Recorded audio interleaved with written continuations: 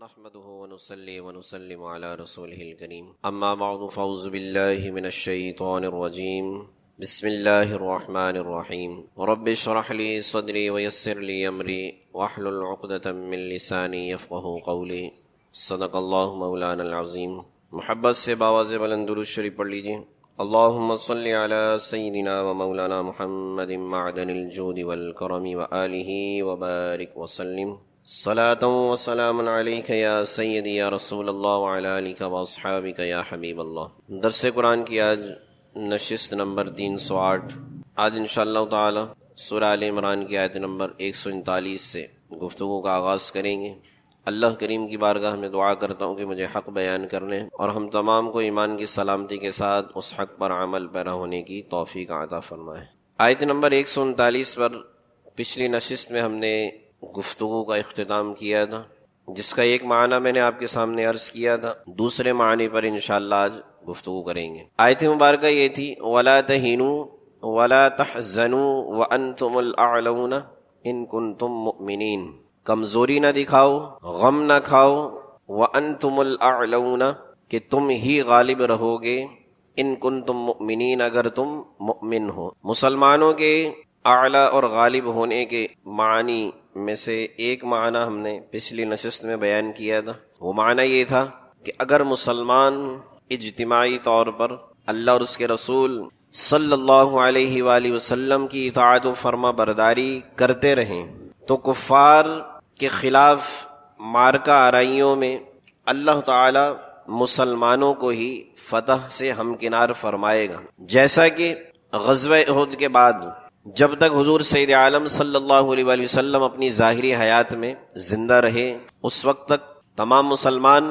اجتماعی طور پر اللہ اور اس کے رسول صلی اللہ علیہ وآلہ وسلم کی اطاعت و فرما برداری کرتے رہے تو اللہ تعالی نے جتنے بھی معرکے ہوئے غزوہ احد کے بعد حضور سید عالم صلی اللہ علیہ وآلہ وسلم کی حیات میں جتنے بھی معرکے ہوئے کفار کے خلاف یا یہودیوں کے خلاف، غیر مسلموں کے خلاف، تو اللہ تعالی نے مسلمانوں کو اطاعت و فرما برداری کی وجہ سے ہمیشہ فتح عطا فرمائی اور مسلمان غالب رہے۔ اسی طرح پھر جب حضور سید عالم صلی اللہ علیہ وآلہ وسلم ظاہری حیات میں اس دار فانی سے کوچ فرما گئے، آپ کا وصال پر ملال ہو گیا، تو عہد صحابہ میں بھی تمام مسلمان اجتماعی طور پر اللہ اور اس کے رسول صلی اللہ علیہ وآلہ وسلم کی اطاعت و فرما برداری کرتے رہے۔ تو عہد صحابہ میں بھی جب تک مسلمان اللہ اور اس کے رسول صلی اللہ علیہ وآلہ وسلم کی اجتماعی طور پر اطاعت و فرما برداری کرتے رہے تو عہد صحابہ میں بھی اللہ نے مسلمانوں کو عروج عطا فرمایا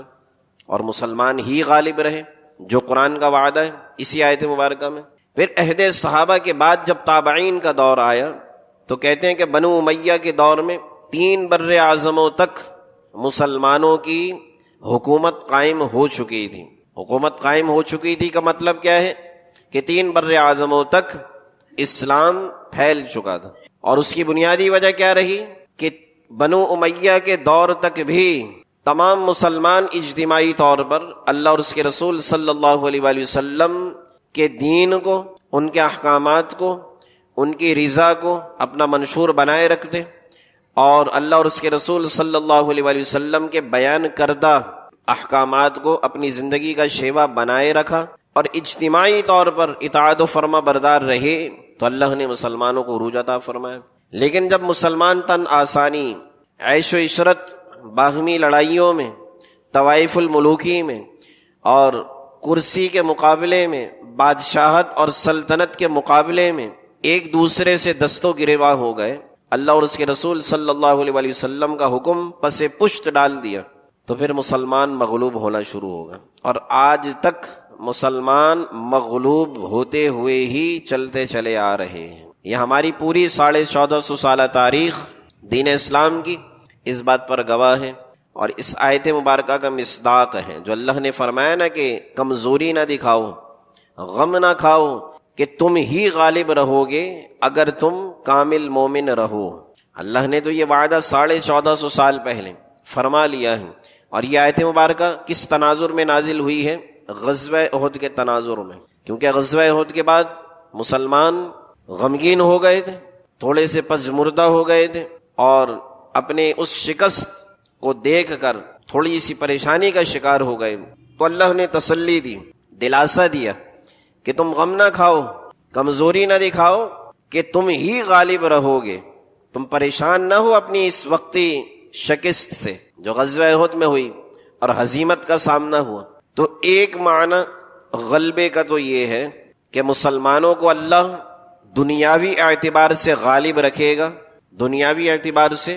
غالب رکھے کب؟ کہ جب مسلمان اللہ اور اس کے رسول صلی اللہ علیہ وآلہ وسلم کے احکامات پر عمل پیرا رہیں۔ ایک معنی یہ جس پر ہم پچھلی نشست میں گفتگو کر چکے۔ دوسرا معنی یہ ہے کہ مادی اعتبار سے اگرچہ مسلمان غالب نہ بھی رہیں،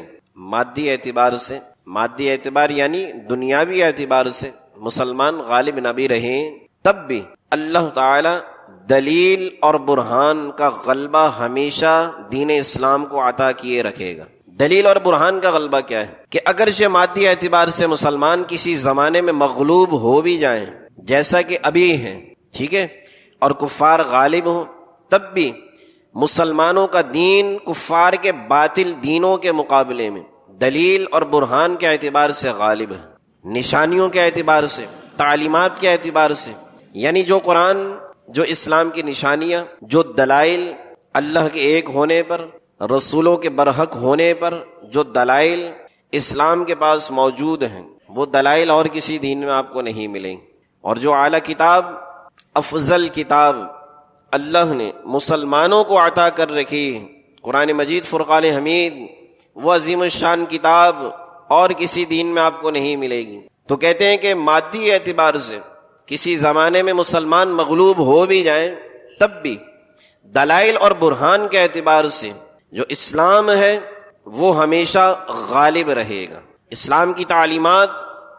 اسلام کے حقائق، اسلام کی سچائی ہمیشہ غالب رہے گی، ٹھیک ہے، کہ دین اسلام کا ہر اصول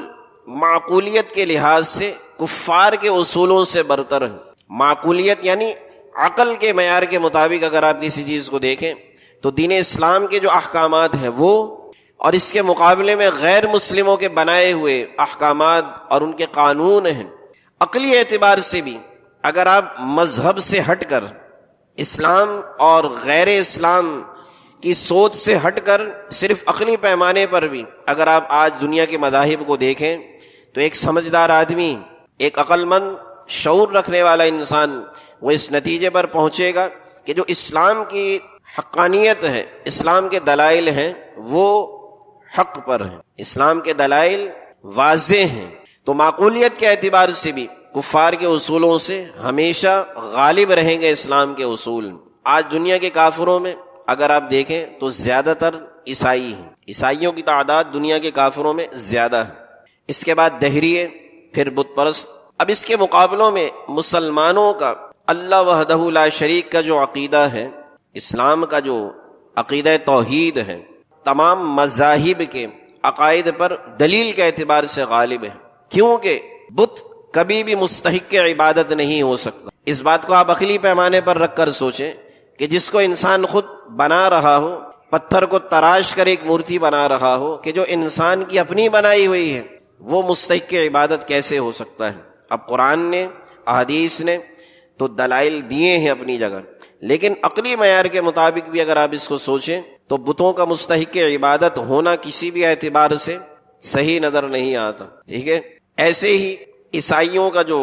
عقیدہ تثلیث ہے، عقیدہ تثلیث کہتے ہیں تین خداؤں کا ہونا، معاذ اللہ ثم معاذ اللہ، تین خداؤں کا عقیدہ، یہ عقیدہ تثلیث، تین خداؤں کے دعویٰ، یہ کہلاتا ہے عقیدہ تثلیث۔ عیسائیوں میں عام ہے عقیدہ تثلیث، کیونکہ تین خداؤں کا ہونا یہ عقیدہ بالکل باطل ہے، کیونکہ حضرت عیسیٰ اور روح القدس دونوں مخلوق ہیں، اور مخلوق خدا نہیں ہو سکتی، ٹھیک ہے۔ ایسے یہودیوں اور عیسائیوں کے نبیوں کے معجزات، یہودیوں اور عیسائیوں کی جانب جتنے بھی نبی آئے، ان کے جتنے معجزات تھے وہ آج دنیا میں باقی نہیں ہیں۔ یہ بھی ایک بڑی نقطے والی بات، جتنے نبی آئے یہودیوں کی طرف، عیسائیوں کی طرف، تو جو معجزہ اللہ نے ان کو دے کر بھیجا وہ معجزہ ان کی حیات تک باقی رہا۔ جیسے ہی وہ دائرہ فانی سے ظاہری پردہ انہوں نے کیا، ان کا وصال پر ملال ہوا، ان کا معجزہ بھی ختم ہو گیا۔ ایسی بے شمار مثالیں قرآن میں موجود ہیں، لیکن مسلمانوں کے نبی کو اللہ کریم نے جو معجزہ عطا فرمایا وہ معجزہ قرآن کا معجزہ ہے، وہ معجزہ قرآن کا معجزہ ہے، اور وہ حضور سید عالم صلی اللہ علیہ وآلہ وسلم کے ظاہری پردہ کرنے کے باوجود بھی آج تک قائم ہے، اور قیامت تک اللہ اس کی حفاظت فرما رہا ہے، اور یہ قائم رہے گا، باقی رہے گا۔ تو اس اعتبار سے بھی اسلام کی تعلیمات غالب ہیں اور یہود و نصارہ کی تعلیمات مغلوب ہیں، لیکن اللہ نے مسلمانوں کو جو عظیم کتاب عطا فرمائی وہ جس زبان میں نازل ہوئی، جس متن میں نازل ہوئی، وہ بعین ہی اسی طرح آج موجود بھی ہے، اور مسلمانوں کے کئی افراد اس کتاب کے حافظ بھی ہیں، ٹھیک ہے۔ اسی طرح عبادات کے طریقوں کو دیکھا جائے، سیاست، معاشرت اور زندگی کے باقی شعبوں میں بھی مسلمانوں کے دین کے اصول باقی تمام ادیان سے افضل اور اعلیٰ ہیں، ٹھیک ہے۔ یہ دوسرا معنی کیا تھا غالب ہونے کا؟ کہ دلیل اور برہان میں اللہ تعالیٰ نے ہمیشہ اسلام کو غلبہ عطا فرمایا، اگرچہ مادی اعتبار سے مسلمان فی الوقت مغلوب ہو بھی جائے لیکن تب بھی غلبہ اسلام کو ہی حاصل رہے گا، ٹھیک ہے۔ تیسرا معنی یہ ہے کہ مسلمانوں کے اعلیٰ ہونے کا مطلب یہ ہے کہ اللہ کے نزدیک مسلمانوں کا درجہ سب سے اعلیٰ ہے۔ ایک معنی یہ بھی ہو سکتا ہے کہ اللہ کے نزدیک مسلمانوں کا درجہ سب سے اعلیٰ ہے، کہ اگر کسی جنگ میں مسلمان مغلوب ہو جائیں اور کافر غالب ہوں تب بھی اللہ کے نزدیک مسلمان ہی اعلیٰ ہیں۔ جیسے اس کی مثال آپ اس طرح سمجھ لیجئے کہ دو شخصوں کے درمیان لڑائی ہو رہی ہو، ایک حق پر ہے اور ایک غلطی پر ہے، تو اب جو غلطی پر ہے وہ غالب آ بھی جائے وقتی طور پر، تب بھی اللہ کریم کی عادت کریمہ ہے کہ اللہ تعالیٰ اس حق کو کہیں نہ کہیں واضح فرما دیتا ہے۔ اور اس کی مثال میں نے پچھلی نشست میں دی بھی تھی کہ آج ہم اس کو مکافات عمل کے نام سے یاد کرتے ہیں نا، کہ مکافات عمل کیا ہوتا ہے کہ وقتی طور پر اگر کوئی غالب آ بھی جائے، وقتی اعتبار سے کسی کا ظلم غالب آ بھی جائے، تب بھی اللہ نے ایک یہ نظام قدرت ایسا بنایا ہے کہ حق واضح ہو کر رہتا ہے۔ یہ آیت مبارکہ سورہ آل عمران 139، اگلی آیت مبارکہ آیت نمبر 140 میں اللہ ارشاد فرماتا ہے۔ اب یہ اللہ کا انداز دیکھیے، اللہ کس طرح مسلمانوں کو تسلی دے رہا ہے۔ میں نے بار بار یہ بات آپ کے سامنے عرض کی ہے کہ غزوہ احد کے احوال آپ ذہن میں رکھ کر یہ آیات سنیں گے تو آپ کو بڑی آسانی سے سمجھ میں بھی آئیں گی باتیں، اور آپ ان آیات کی جو روحانیت ہے اس کو بھی آپ محسوس کریں گے۔ جہاں مسلمانوں کو ہزیمت کا سامنا ہوا تھا، ہزیمت یعنی رسوائی، اور اللہ نے پیچھے اس کا جواب دیا بھی ہے کہ وہ رسوائی ان کی اپنی غلطی کی وجہ سے نہیں، وہ 50 تیر اندازوں نے جو اجتہادی غلطی کا شکار ہوئے۔ تو اب مسلمانوں کو ظاہری اعتبار سے بھی جانی نقصان بھی ہوا۔ اب جانی نقصان کی وجہ سے مسلمان مالی تو ہوا ہی ہوا، لیکن جانی نقصان کی وجہ سے پریشان تھے۔ اب اللہ کا انداز دیکھیں، اللہ ارشاد فرماتا ہے إِن يَمْسَسْكُمْ قَرْحٌ فَقَدْ مَسَّ الْقَوْمَ قَرْحٌ مِثْلُهُ، اگر تم زخمی ہوئے ہو فقد مس القوم قرح مثلہ، تو تمہاری ہی مثل تمہارے مخالف بھی زخمی ہوئے ہیں۔ اس کو تھوڑا سا آسان اس طرح سمجھ لیجئے کہ اگر کوئی بندہ پریشان ہو یا ہمیں کوئی تکلیف پہنچ جائے اور ہم اس تکلیف پر مبتلا ہو اور بڑے کڑ رہے ہوں اندر سے، تو ہمیں پتہ چلے کہ ہماری ہی جیسی تکلیف میں دوسرا شخص بھی مبتلا ہے، تو یہ بات سننے سے ہماری تکلیف تو کم نہیں ہوتی، ہمارا زخم تو کم نہیں ہوتا، لیکن دل میں تھوڑی سی یہ ڈھارس بن جاتی ہے اور انسان کا غم تھوڑا سا ہلکا ہو جاتا ہے کہ جو تکلیف میں مبتلا ہوں اسی تکلیف میں دوسرا شخص بھی مبتلا ہے۔ یہ ہوتا ہے نا ایسا زندگی میں۔ تو اللہ اسی انداز کو اپنا رہا ہے کہ اگر تم زخمی ہوئے ہو تو تمہارے مخالف لوگ بھی اسی طرح زخمی ہوئے ہیں، اور ہم لوگوں کے درمیان ایام کی تنگی اور کشادگی کو گردش دیتے رہتے ہیں تاکہ اللہ ایمان والوں کو متمیز کر دے۔ یعنی اللہ تعالیٰ یہ جو پورا معاملہ فرماتا ہے، اللہ ارشاد فرماتا ہے، آیت کا مفہوم تھوڑا سا آسان کر کے سمجھاتا ہوں۔ کہتے ہیں کہ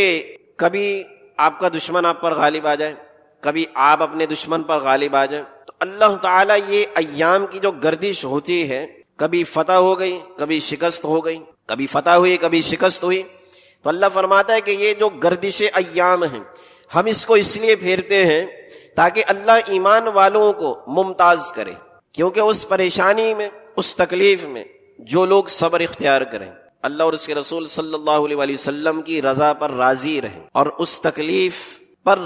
صبر اختیار کریں تو ظاہر ہے وہ واضح ہو جاتے ہیں۔ تو اللہ فرماتا ہے کہ اللہ ایمان والوں کو متمیز کر دے اور تم میں سے یہ بات سنیے، تم میں سے بعض لوگوں کو مرتبہ شہادت عطا کرے۔ اب ظاہر ہے شکست کی صورت میں یہ بات طے ہوتی ہے کہ آپ کے کچھ افراد شہید بھی ہوتے ہیں، کچھ افراد زخمی بھی ہوتے ہیں، تو اللہ تعالیٰ ایمان والوں کو ممتاز کرتا ہے اور ان میں سے بعض کو مرتبہ شہادت عطا کرتا ہے، اور اللہ ظلم کرنے والوں کو دوست نہیں رکھتا۔ یہ آیت مبارکہ بڑی قابل غور ہے، شہادت کی بات اس میں کی گئی۔ تو کچھ چیزیں میں آپ کے سامنے عرض کروں گا شہادت کے حوالے سے۔ کہتے ہیں کہ آیت کا خلاصہ یہ ہے کہ جنگ احد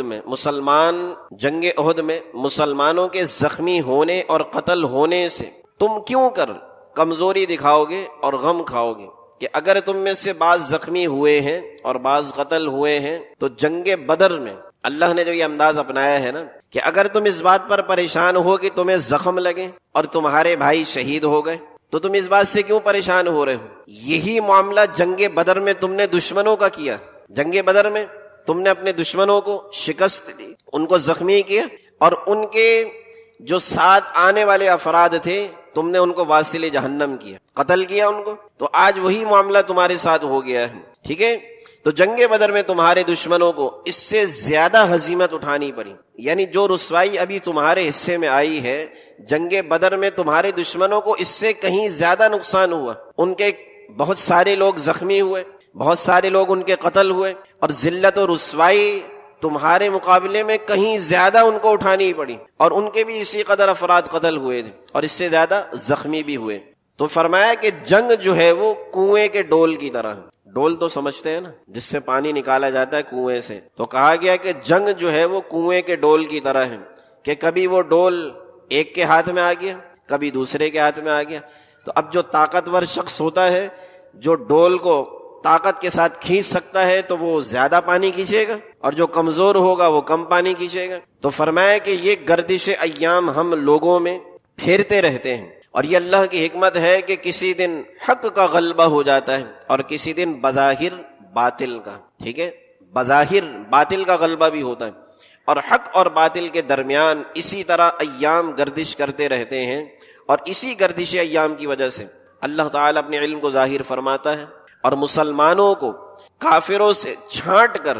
الگ کر دیتا ہے، اور مسلمانوں کو اللہ کی راہ میں شہادت کے لیے تیار کر دیتا ہے۔ جو اللہ کے لیے اپنی جان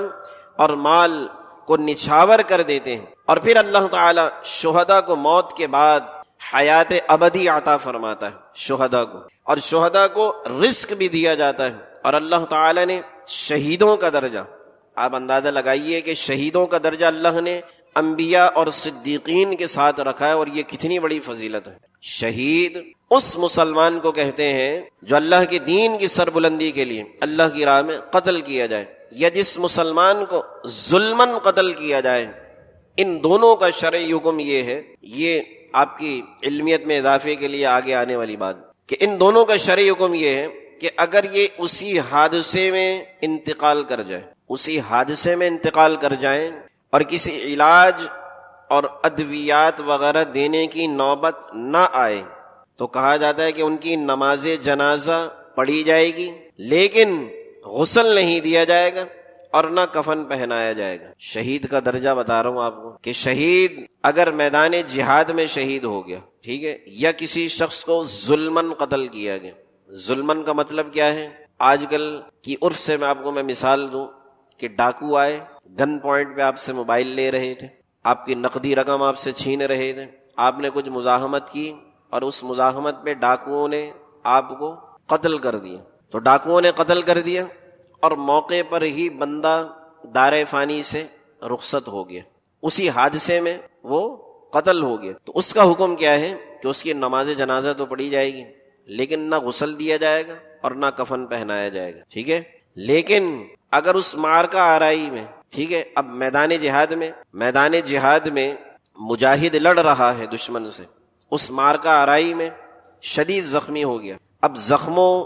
سے چور تھا، وہ اس کو لایا گیا، اس کا علاج معالجہ کیا گیا، اس کو دوائی دارو دی گئی، ٹھیک ہے، ابھی اس کے اندر سانسیں باقی تھیں کہ اس کو بچانے کی کوشش کی گئی، لیکن علاج معالجے کے درمیان وہ زندگی کی بازی ہار گیا اور دار فانی سے رخصت ہو گیا، تو اب ایسا شخص شہادت کے مرتبے پر تو ہے، شہادت کے مرتبے پر تو ہے، کیونکہ وہ اس میدان جہاد میں آنے والے زخموں کے نتیجے میں اس دار فانی سے رخصت ہوا ہے۔ تو اب اس کا حکم کیا ہے کہ نماز جنازہ تو بہرحال پڑھی جائے گی، لیکن اس کے ساتھ ساتھ اس کو غسل بھی دیا جائے گا اور اس کو کفن بھی پہنایا جائے گا۔ ایسے ہی جو دوسری مثال میں نے آپ کے سامنے دی کہ مزاحمت کے درمیان ڈاکوؤں سے مزاحمت کے درمیان ڈاکوؤں نے فائر مارا، اب بندہ شدید زخمی ہو گیا، فائر کسی ایسی جگہ لگا کہ بندہ اس موقع پر تو اس کا انتقال نہیں ہوا، لیکن شدید زخم اس کو لگا، اب اس کو فوراً اسپتال لائے گئے، اس کو بچانے کی کوشش کی گئی، ادویات دی گئیں، علاج معالجہ کیا گیا، لیکن اس زخم کی تاب نہ لاتے ہوئے وہ اس دار فانی سے رخصت ہو گیا، تو اس کا حکم وہی ہے، اس کا حکم وہی ہے، وہ کیا ہے کہ نماز جنازہ ادا ہوگی، غسل بھی دیا جائے گا اور کفن بھی پہنایا جائے گا، ٹھیک ہے۔ اس کے علاوہ جو مسلمان کسی طرح بھی غیر طبعی طریقے سے انتقال کر جائے، خواہ جل کر ہو، ٹھیک ہے، ڈوب کر ہو، یا وہ مسلمان کسی نیک کام کرتے ہوئے کوئی نیک کام کر رہا ہے، اس کام کے دوران طبعی موت پر انتقال ہو گیا اس کا، جیسے حاجی حج پر گیا ہوا ہے، دوران ارکان حج کو ادا کرتے ہوئے اس کی طبعی موت واقع ہو گئی، تو ایسے کے لیے بھی علماء کرام نے کیا بیان فرمایا کہ اللہ اس کو شہادت کے مرتبے پر فائز فرماتا ہے۔ نیک کام کرتے ہوئے چلا گیا، یا کسی حادثے میں کسی شخص کا انتقال ہو گیا، ڈوب کر مر گیا، جل کر مر گیا، تو غیر طبعی موت بھی آنے والی جو موت ہوتی ہے اس پر اللہ کی جانب سے بندے کو شہادت کا مرتبہ عطا کیا جاتا ہے۔ لیکن ان سب شہیدوں میں سب سے اعلیٰ درجہ جو شہید کا ہے وہ اس مجاہد کا ہے جو اللہ کے دین کی سربلندی میں میدان جہاد میں لڑ رہا ہو، میدان جہاد میں لڑ رہا ہو۔ ہماری طرح گھر بیٹھے ہوئے شہادت کی تمنا کرنے والے نہیں کہ ہم اللہ کی بارگاہ میں دعا کرتے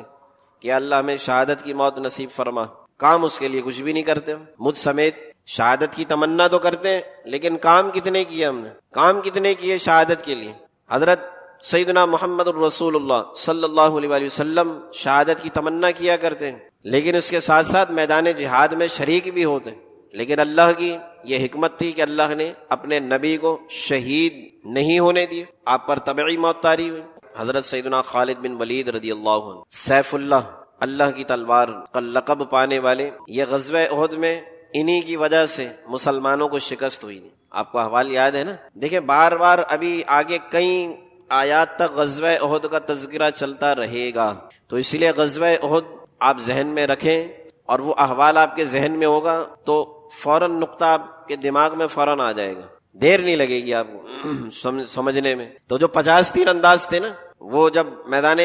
جنگ میں آنے لگے تو پیچھے سے حضرت خالد بن ولید رضی اللہ عنہ جو اس وقت مسلمان نہیں ہوئے تھے، تو پیچھے سے آگے انہوں نے حملہ کر دیا۔ اب وہ پیچھے سے وہ حملہ آور ہوئے، یہاں سے بھاگتے ہوئے کفار واپس حملہ آور ہوئے، تو مسلمان بیچ میں پسپا ہو کر رہ گئے۔ تو حضرت خالد بن ولید رضی اللہ عنہ شدید تمنا تھی شہید ہونے کی، اور اس شہادت کو پانے کے لیے کیا کچھ نہیں کیا انہوں نے، اپنے سے 3-4 گنا زیادہ دشمنوں پر حلہ بول دیتے تھے کہ شہادت کا رتبہ مل جائے، لیکن اللہ نے جیسی لکھی ہوتی ہے ویسی ہی آتی، ٹھیک ہے، تو ان کو شہادت نہیں ملی۔ تو بات یہ ہے جو میں آپ کے سامنے عرض کرنا چاہ رہا ہوں کہ صرف دعا سے شہادت نہیں ملتی، بلکہ اس کے لیے کوشش بھی کرنی پڑتی ہے۔ اللہ کی راہ میں مرنے والوں کو شہید کہا جاتا ہے۔ ایک فضیلت جو اللہ تعالی شہید کو عطا فرماتا ہے کہ شہید قتل ہوتے ہی جنت میں حاضر ہو جاتا ہے، یا قتل ہوتے ہی جنت اس کے سامنے پیش کر دی جاتی ہے، جیسے کافر مرتے ہی دوزخ میں ڈال دیا جاتا ہے۔ کہتے ہیں کہ اللہ نے اس کے حق میں جنت کی شہادت دی، شہید کے حق میں۔ قیامت کے دن وہ انبیاء اور صدیقین کے ساتھ گواہی کے لیے طلب کیے جائیں گے، نبیوں اور صدیقین کے ساتھ شہیدوں کا حشر اللہ تعالیٰ فرمائے گا۔ ایسے شہید زندہ ہوتا ہے اور اس کی روح جنت میں شاہد اور موجود ہوتی ہے، جبکہ دوسرے مسلمانوں کی ارواح، آپ یہ جملہ سن کر حیران رہ جائیں گے، عام مسلمانوں کی ارواح قیامت میں جو فیصلے ہوں گے اس کے بعد جنت میں داخل ہوگی، لیکن شہید یہاں شہید ہوا اور فوراً اللہ نے اس کو جنت میں داخل کر دیا۔ اب آپ سوچیں کہ قیامت تو کتنے عرصے کے بعد قائم ہوگی، لیکن شہید کو اللہ یہ رتبہ عطا فرمائے گا کہ وہ شہادت پاتے ہی جنت میں داخل کر دیا جائے گا، ٹھیک ہے۔ اس کی روح جسم سے نکلتے ہی اس اجر و ثواب پر شاہد ہو جاتی ہے جو اللہ نے اس کے لیے مقدر کیا ہے۔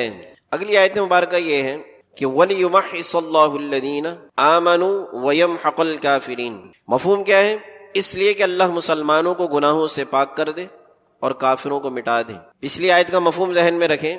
اللہ ارشاد فرماتا ہے کہ اگر تم زخمی ہوئے ہو تو تمہارے مخالفین بھی زخمی ہوئے ہیں، اور یہ گردش ایام، یعنی کبھی بعض لوگ فتح پا گئے، کبھی دوسرے لوگ شکست کھا گئے، یعنی کبھی حق غالب آ گیا اور باطل مغلوب ہو گیا، اور کبھی ظاہری اعتبار سے فی الوقت باطل غالب آ گیا اور حق مغلوب ہو گیا۔ تو اللہ ارشاد فرماتا ہے کہ یہ ہم کس لیے کرتے ہیں؟ تاکہ ایمان والوں کو چھانٹ کر الگ کر دیں اور ان میں سے بعض کو مرتبہ شہادت پر فائز کریں، اور کہتا ہے اللہ تعالیٰ کہ ہم ظالمین کو دوست نہیں رکھتے۔ اب اسی ضمن میں اللہ تعالیٰ یہ آیت مبارکہ بیان فرما رہا ہے کہ یہ اللہ تعالیٰ اس لیے کرتا ہے کہ مسلمانوں کو گناہوں سے پاک کر دے اور کافروں کو مٹا دے۔ مسلمان کو اللہ تعالیٰ نے جو درجہ عطا فرمایا ہے کہ مسلمان کو جب کوئی پریشانی لاحق ہوتی، حتیٰ کہ کہا گیا کہ کوئی کانٹا بھی اگر مسلمان کو چبھا ہے پاؤں پر، جس کی تھوڑی لمحے بھر کی تکلیف ہے، تو وہ کانٹا بھی اگر چبھا ہے تو اللہ کریم اس کانٹے کی چبھن سے جو مومن کو تکلیف پہنچی ہے،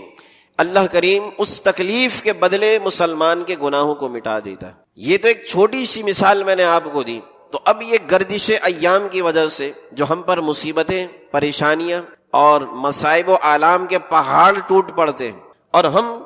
اپنی سوچ میں یہ سمجھ رہے ہوتے ہیں کہ ہم پر مصیبتوں کے پہاڑ ٹوٹ پڑے، لیکن دوسری جانب یہ نہیں سوچتے کہ یہ مصیبتیں ہمارے لیے رحمت بن کر آئی ہیں۔ ان مصیبتوں کی وجہ سے اللہ تعالی ہمارے گناہوں کو معاف فرما رہا ہے اور کفار کو اللہ تعالی مٹا رہا ہے، وَيَمْحَقَ الْكَافِرِينَ، اور کافروں کو مٹا رہا ہے۔ اگلی آیت مبارکہ یہ ہے، اللہ کریم ارشاد فرماتا ہے کہ تم نے یہ گمان کر لیا ہے کہ تم ایسے ہی جنت میں چلے جاؤ گے۔ اللہ تعالی نے ابھی جو مجاہدین ہیں، مسلمانوں کی صف میں لڑ رہے تھے، اللہ تعالی نے ابھی ان کو ممتاز نہیں کیا، اور انہی میں سے وہ افراد کہ جنہوں نے ان تکالیف پر صبر اختیار کیا تو اللہ تعالی نے ابھی ان صبر کرنے والوں کو بھی ممتاز نہیں کیا۔ تو اس آیت کا معنی یہ ہے کہ اے وہ لوگوں جو جنگ احد میں ہمارے نبی صلی اللہ علیہ وآلہ وسلم پر حکم پر عمل نہ کرنے کی وجہ سے شکست کھا چکے ہو، اور کافروں کی الغار اور ان کے دباؤ کی وجہ سے جن کے پاؤں اکھڑ گئے تھے اور جان بچانے کے لیے کچھ لوگ بھاگ بھی گئے تھے، تو کیا تم نے یہ گمان کر لیا ہے کہ تم ان لوگوں کی طرح جنت میں داخل ہو جاؤ گے جو اس جنگ میں شہید ہو چکے ہیں؟ اس آیت مبارکہ میں ان منافقین کی طرف بھی اشارہ ہے۔ اگر آپ لوگوں کو یاد ہو، میں پھر وہی بات کہوں گا کہ غزوہ احد کے احوال اگر ذہن میں ہو تو حضور علیہ الصلوۃ والسلام جب مدینہ المنورہ سے نکلے تھے تو آپ کے ساتھ کتنے افراد تھے؟ 1000 تھے۔ جب حضور علیہ الصلوۃ والسلام مدینہ المنورہ سے کس مقام کے لیے نکلے؟ مقام احد پر جانے کے لیے، ٹھیک ہے، کیونکہ 1 سے 1.5 دن پہلے کفار مقام احد پر آ کر پڑاؤ ڈال چکے تھے۔ تو اب حضور علیہ الصلوۃ والسلام نے جنگ کی تیاری کی، تو آپ کے ساتھ جو مجاہدین کی تعداد تھی وہ 1000 تھی، 1000 افراد کے ساتھ آپ نکلے۔ تو اب جیسے ہی آپ مدینہ المنورہ سے باہر نکلے تو منافقین، ان کی تعداد کتنی تھی؟ 300۔ 1000 تھے ٹوٹل، 300 افراد۔ عبداللہ بن ابی جو رئیس المنافقین ہیں، اس کے 300 ساتھی تھے۔ تو اب مسلمان نکلے 1000 کی تعداد میں مقام احد پر جانے کے لیے، تو اب رئیس المنافقین نے 300 ساتھیوں کو لیا اور واپس مدینہ آ گئے۔ اب پیچھے صرف 700 رہ گئے، تو 700 افراد مقام احد کی طرف گئے تھے۔ تو اللہ یہی ارشاد فرما رہا ہے اس آیت میں، ان منافقین کی طرف بھی اشارہ ہے کہ کیا تم لوگوں نے یہ گمان کر لیا ہے کہ تم ایسے ہی جنت میں چلے جاؤ گے؟ ابھی تو اللہ تعالی نے ان مجاہدین کو اور پھر ان لوگوں کو الگ نہیں کیا کہ جنہوں نے ان تکالیف پر صبر اختیار کیا اور ہمت کے ساتھ ہمارے نبی صلی اللہ علیہ وآلہ وسلم کے ساتھ ڈٹے رہے، بھاگے نہیں، کیونکہ اتنی پریشانیاں دیکھ کر کچھ نئے مسلمان جو تھے وہ گھبرا گئے تھے، لیکن جو اپنے ایمان پر قائم تھے، ثابت قدم تھے، اللہ نے ان کے قدم کو ثابت رکھا اور انہوں نے حضور سید عالم صلی اللہ علیہ وآلہ وسلم کا ساتھ نہیں چھوڑا، ان میں سے کچھ افراد شہید بھی ہوئے. تو اللہ تعالیٰ وہی ارشاد فرما رہا ہے کہ تم ان لوگوں کی طرح جنت میں داخل ہو جاؤ گے، ان لوگوں کی طرح کہ جو اس جنگ میں شہید ہو چکے ہیں، یا جو لوگ زخمی ہونے اور کافروں کے دباؤ کے باوجود ثابت قدم رہے اور زخموں سے چور چور ہونے کے باوجود صبر و استقامت کے ساتھ اپنے مورچوں میں ڈٹے رہے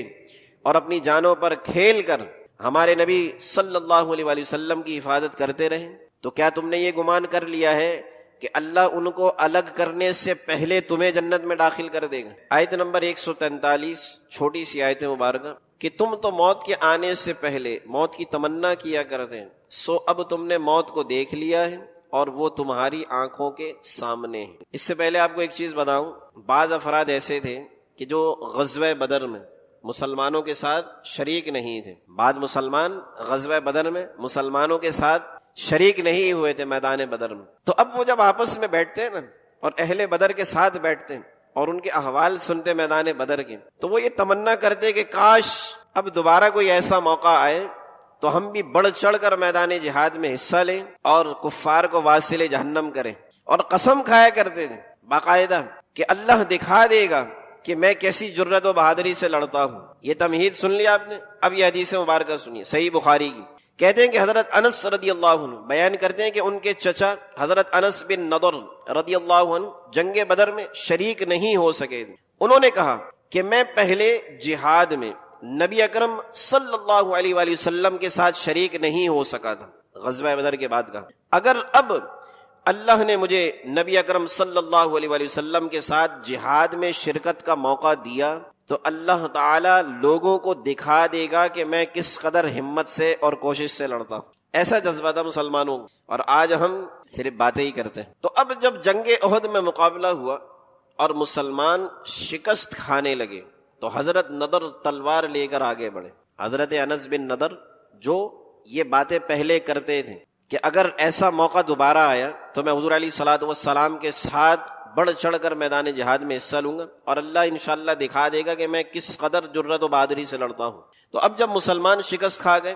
تو حضرت نضر تلوار لے کر آگے بڑھے. تو حضرت سعد بن معاذ سے ملاقات ہوئی. حضرت نضر نے کہا کہ اے سعد کہاں جا رہے ہو، اے سعد کہاں جا رہے ہو؟ تو اب حضرت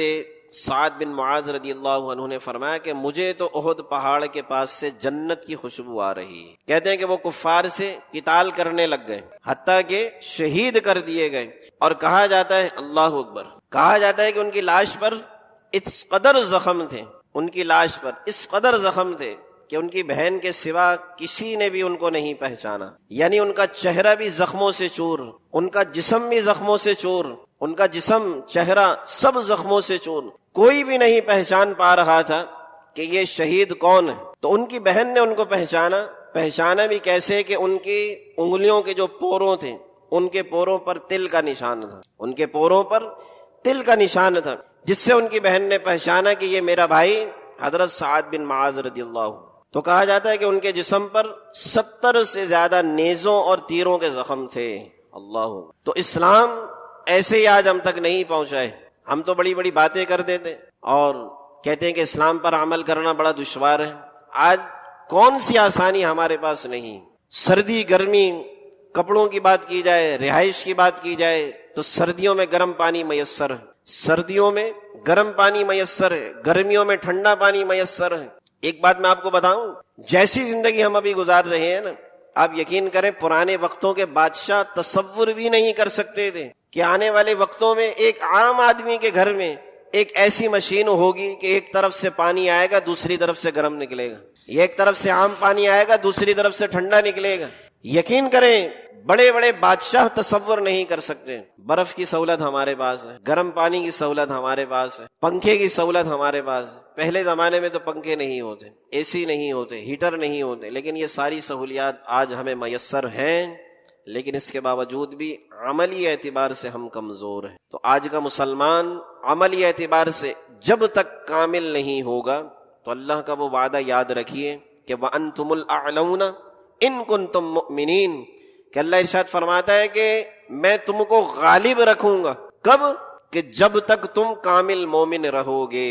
اور کامل مومن وہی ہوتا ہے کہ جو دین اسلام پر بڑھ چڑھ کر عمل کر رہا ہو. تو ہمیں ان واقعات سے ضرور سبق حاصل کرنا چاہیے۔ اللہ کریم کی بارگاہ میں دعا کرتے ہیں ایمان کی سلامتی کے ساتھ اعمال صالحہ کی توفیق عطا فرمائے۔ وآخر دعوانا ان الحمد للہ رب العالمین۔